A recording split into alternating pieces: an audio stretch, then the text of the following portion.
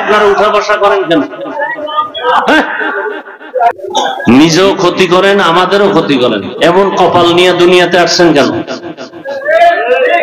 রাসূল বলেন, খায়রুন নাস মান ইয়ানফাউন নাস। পৃথিবীতে ভালো মানুষকে, আমি মনে করি আমি ভালো, আপনি মনে করেন আপনি ভালো। রাসূল বলেন, আল্লাহর আদালতে ওই ব্যক্তি ভালো মানুষ যে মানুষের দ্বারা অন্যের উপকার হয়, ক্ষতি হয় না। আপনি ক্ষতি করেন কেন? নিজেরও ক্ষতি করেন, মজলিসের ক্ষতি করেন। এটা তো আদব নয়।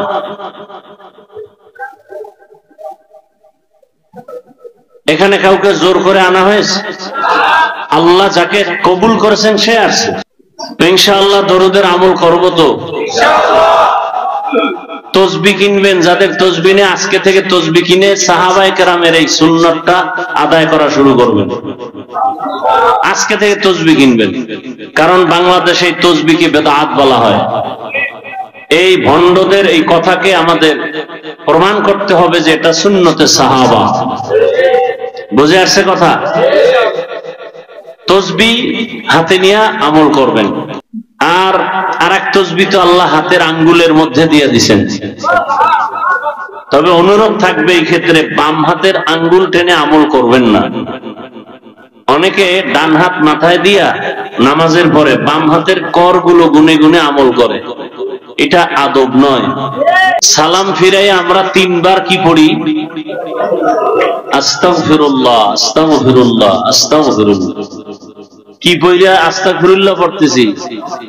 নামাজ খারাপ জিনিস, খারাপ কিছু করলে আস্তাগফিরুল্লাহ। পড়লাম নামাজ, আস্তাগফিরুল্লাহ কেন? সেজদা দিলাম মালিক রে, আস্তাগফিরুল্লাহ কেন? করলাম ভালো কাজ, আস্তাগফিরুল্লাহ কেন? এই 3 বার আস্তাগফিরুল্লাহ পড়ার পরে প্রথম আমল, ফরজ নামাজের সালামের পরে দোয়া কবুল হয়। পারলে পড়বেন, বলে যাই 3 বার এই দোয়াটা পড়বেন, ওয়া উফাউযু আমরি ইলাল্লাহ ইন্নাল্লাহা বাসীরুম বিল ইবাদ। কয়বার? 3 বার। এরপরে ডান হাতের আঙ্গুলের করগুলো গুনে গুনে 11 বার আল্লাহর একটা ইসিম পড়বেন, ইয়া নূর। কি? 11 বার। কয়বার? বাম হাতে না ডান হাতে? এবার ডান হাতে পড়ে চোখে ফু দিবেন, চোখের পাওয়ার বাড়বে। আর পাওয়ার না বাড়লেও যা আছে তা নষ্ট হবে না। ফু দিবেন কেমনে? বাম হাত দিয়া। এই ডান হাত দিয়ে পড়ে ডান হাতেই ফু দিয়া চোখের উপরে ধরলে ফুটা চোখেই লাগে।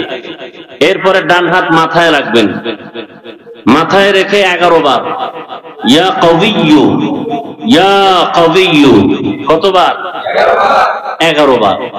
আল্লাহ জেহেনের দরজা খুলে দিবেন, ব্রেন বাড়ায় দিবেন। আরো দোয়া আছে, দোয়ার কি শেষ আছে? তো আমি যেটা বুঝাতে চাই, বাম হাতে নয়, কোন হাতে? ডান হাতে। আল্লাহ তৌফিক দান করেন। তাহলে তসবি কিনবেন, 100 বার আমল করলে এটা হাতে তো আর পারবেন না, তসবি লাগবে। দরুদের উপরে কিছু কথা আমলের নিয়তে বললাম। আল্লাহ তৌফিক দান করেন। আপনি হাঁটতে চলতে সবসময় দরুদ শরীফ পড়েন, অনেক লাভ, অনেক লাভ, অনেক লাভ। দোকানে বসে আছেন, দরুদের আমল করেন। হাতে কাজ করেন, পায়ে কাজ করেন, জবানে কাজ আছে, জবানে শুধু দরুদের আমল করেন। বেশি বেশি দরুদ পড়েন, বেশি বেশি দরুদ। দেখবেন আপনার মনে যা চাইবেন আল্লাহ সব রাস্তা খুলে দিবেন। हर के बाशुद आमिले सल्लु मुदम आतिशे दोज़ख शवद बरवाए হারাম। দরুদ পাওয়ারফুল একটা আমল। রিজিকে সমস্যা, দরুদ পড়েন। ঘরে অসুস্থ রোগী, দরুদ পড়েন, সুস্থ হয়ে যাবে।